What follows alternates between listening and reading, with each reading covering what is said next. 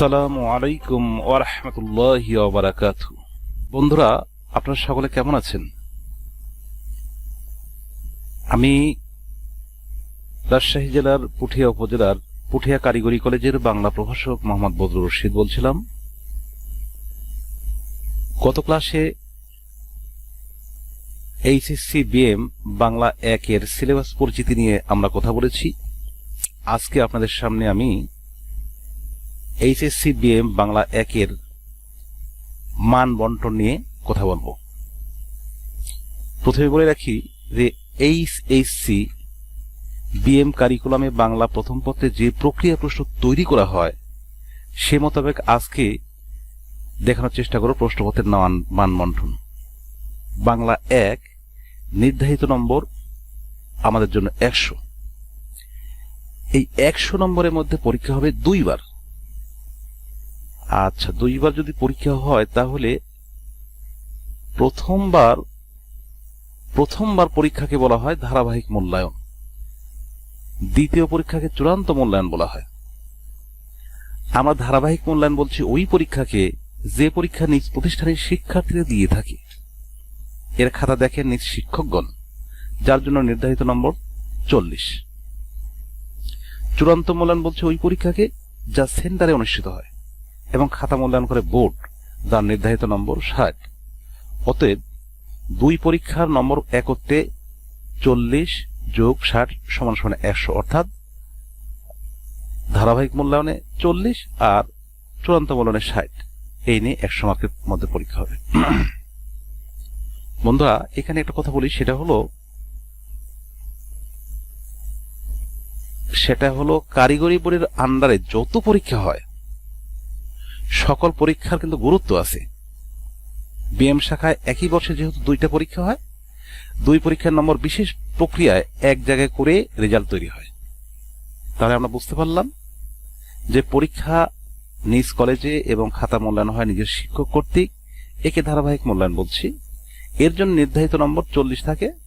নিজ শিক্ষকগণ এই পরীক্ষার প্রশ্ন তৈরি করেন, যদিও নিজের স্বাধীনতা তৈরি করেন, কিন্তু অনুসরণ করেন চূড়ান্ত মূল্যায়ন পরীক্ষার আদল, অর্থাৎ চূড়ান্ত পরীক্ষায় যেভাবে প্রশ্ন বোর্ড তৈরি করে থাকেন ঠিক হুবহু সেইভাবেই নিজস্ব শিক্ষার প্রশ্ন তৈরি করেন। কিন্তু ওই নিজ শিক্ষক তৈরি করেন, ওখানে ওই 60 নম্বরকে 40 নম্বরে নামিয়ে নিয়ে আসেন। দ্বিতীয় পরীক্ষার প্রশ্নপত্র অবকাঠামোর দিক থেকে একই, অর্থাৎ উভয় পরীক্ষাতে 10টি করে প্রশ্ন থাকে, উত্তর দিতে হয় 6টির। শুধুমাত্র নম্বরের নড়চড় হয়, এখানেই পার্থক্য। যেমন চূড়ান্ত মূল্যায়নে যে প্রশ্নের মান থাকবে 10, ধারাবাহিক মূল্যায়নে ওই প্রশ্নের মান হবে মাত্র 4। আমরা গত টিউটোরিয়ালে বলেছি বাংলা 1 বইটি 4 অংশে বিভক্ত করা হয়েছে। গদ্যাংশ, সেগুলো হলো গদ্যাংশ, পদ্যাংশ, উপন্যাস ও নাটক। প্রশ্নপত্রে কোন অংশে কত নম্বর বরাদ্দ সে বিষয়ে এখন আলোচনায় আনছি। প্রথমে ক বিভাগে থাকবে গদ্যাংশ। আচ্ছা, এই গদ্যাংশে থাকে 10টি গদ্যের মধ্যে প্রশ্ন হবে 3টি। এই গদ্যাংশে 10টা গদ্য থাকে, তার মধ্য থেকে 3টা প্রশ্ন করা হবে। আচ্ছা, এই 3টার মধ্যে উত্তর দিতে হবে মাত্র 2টি, নির্ধারিত নম্বর থাকবে 20। এমনি ভাবে খ বিভাগে থাকবে হলো পদ্যাংশ। এখানেও 10টি কবিতার মধ্যে প্রশ্ন হবে মাত্র 3টি, উত্তর দিতে হবে মাত্র 2টি, এর জন্য নির্ধারিত নম্বর হয় 20। আচ্ছা, গ বিভাগে থাকে উপন্যাস। উপন্যাস থেকে প্রশ্ন হবে 2টি, উত্তর দিতে হবে 1টি, নির্ধারিত নম্বর এর জন্য 10। ঘ নম্বরে থাকে নাটক। নাটক থেকে প্রশ্ন হবে 2টা, উত্তর দিতে হবে 1টি, নির্ধারিত নম্বর 10।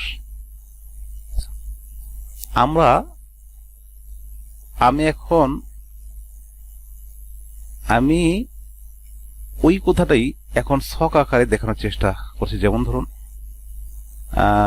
যেমন ধরেন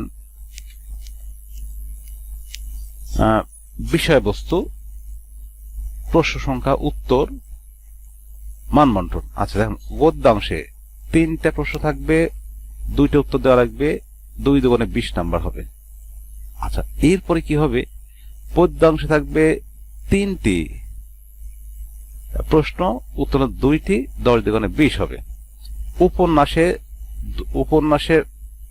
2টি প্রশ্ন থাকবে, 1টি উত্তর দেওয়া লাগবে, তাই 10 10 নাম্বার থাকবে। নাটকে থাকবে 2টা প্রশ্ন, 1টি উত্তর দেওয়া লাগবে, 10 10।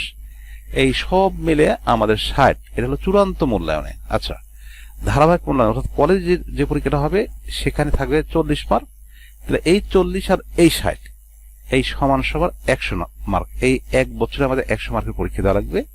এইখানে মার্ক তোলা কিন্তু অত্যন্ত সহজ, যার জন্য কারিগরির ছেলেপিলে আনুপাতিক রেজাল্টগুলো ভালো করে। আমরা এখন দেখব।